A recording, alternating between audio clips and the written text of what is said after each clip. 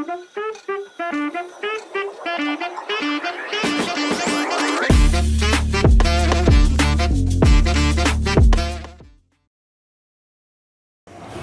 Pamong Desa, selamat datang di podcast kami, tempat di mana kami membahas berbagai topik terkait dengan seputar pengelolaan keuangan desa.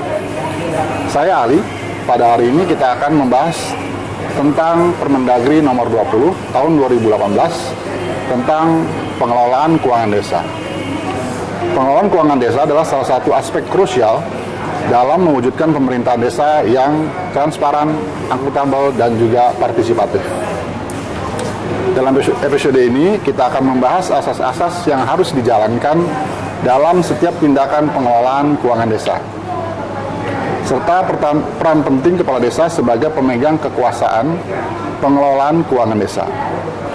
Selain itu, pada kesempatan kali ini, kita juga akan melihat lebih dekat peran pelaksana pengelola keuangan desa dan bagaimana mereka membantu melaksanakan anggaran desa yang tercantum dalam anggaran pendapatan dan belanja desa. Mari kita telusuri lebih dalam bagaimana prinsip-prinsip ini diterapkan dalam praktek, serta bagaimana partisipasi aktif masyarakat dapat mendorong pengelolaan keuangan desa yang lebih baik. Jadi, tetaplah bersama kami dalam menikmati pembahasan yang informatif pada podcast kali ini. Pada kesempatan kali ini, kita akan ditemani oleh Ibu Ira sebagai Kepala Subdirektorat FPKD Bina Pemdes Kementerian Dalam Negeri. Selamat datang Bu Ira di podcast kami pada kesempatan kali ini. Bu Ira, terkait dengan pengelolaan keuangan desa ini, kalau kita perhatikan bahwa sekarang desa bisa mengelola keuangan yang berasal dari anggaran yang telah ditetapkan, yang berasal dari pendapatan-pendapatan yang didapat dari desa tersebut. Nah, mohon penjelasannya Bu, terkait dengan tahapan-tahapan pengelolaan keuangan di desa. Kira-kira itu seperti apa Bu teknisnya? Jadi tahapan di dalam pengelolaan keuangan desa itu ada 5 ya. Ada 5. Yang pertama itu ada perencanaan, pelaksanaan, penatausahaan, pelaporan, dan pertanggungjawaban. Jadi perencanaan itu seperti kertas kerja ya yang mau kita susun untuk mau menjadi APBDes. Nah, biasanya itu setelah RKPDes, nah kita menyusun nih kertas kerja ya untuk disusun ya terkait dengan penganggaran, perencanaan penganggaran. Nah, kemudian nanti ditetapkan di 31 Desember. Nah, masuklah ke tahap kedua yaitu pelaksanaan anggarannya. Ya, ada dokumen-dokumen yang akan kita tetapkan menjadi dokumen pelaksanaan anggaran. Ya, kita juga buatkan juga manajemen kas, anggaran kas, dan lain-lain supaya kita tahu dalam setahun itu apa saja yang akan kita mau laksanakan. Ya, biar tepat nih Pak. Uangnya ya, misalnya 1 miliar ya. Bulan pertama triwulan pertama berapa? Triwulan kedua dan selanjutnya.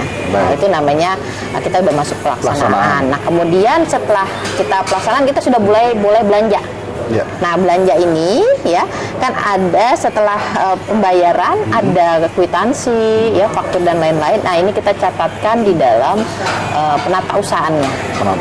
Penatausahaannya, dan kemudian setelah itu kita lakukan pelaporan. Ya, pelaporan itu biasanya dalam bentuk BKU, jurnal-jurnal di pelaporan. Ya. Nah, setelah itu kita setiap beberapa periode ya, ada semesteran, ada tahunan, itulah yang disebut dengan pertanggungjawaban atas laporan keuangan desa. Jadi seperti itu. Berarti ada perencanaan, pelaksanaan, juga pertanggungjawaban berupa laporan Bu ya? Ya, laporannya itu per semester Pak. Semester. Iya.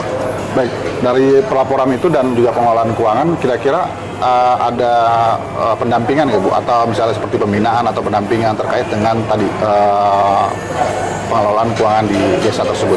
Iya Pak, jadi memang berbeda antara pemerintahan desa dengan pemerintahan baik negara maupun daerah yang punya satker. Nah, desa ini nggak punya.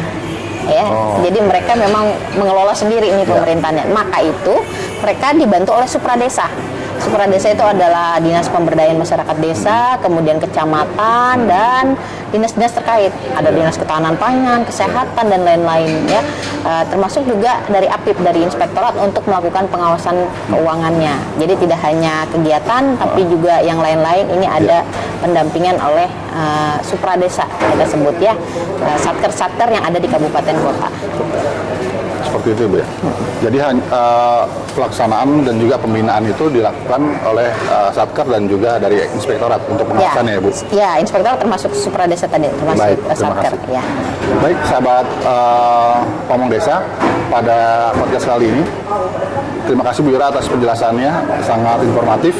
Jadi sebagai kesimpulannya bahwa dalam pengelolaan keuangan desa perlu dilakukan pengawasan dan juga pembinaan, sehingga dalam pelaksanaannya pengelolaan keuangan desa itu dapat bermanfaat dan sesuai dengan perencanaan yang telah ditetapkan. Baik, kita berjumpa lagi pada podcast yang akan datang. Terima kasih. Wassalamualaikum warahmatullahi wabarakatuh. Waalaikumsalam.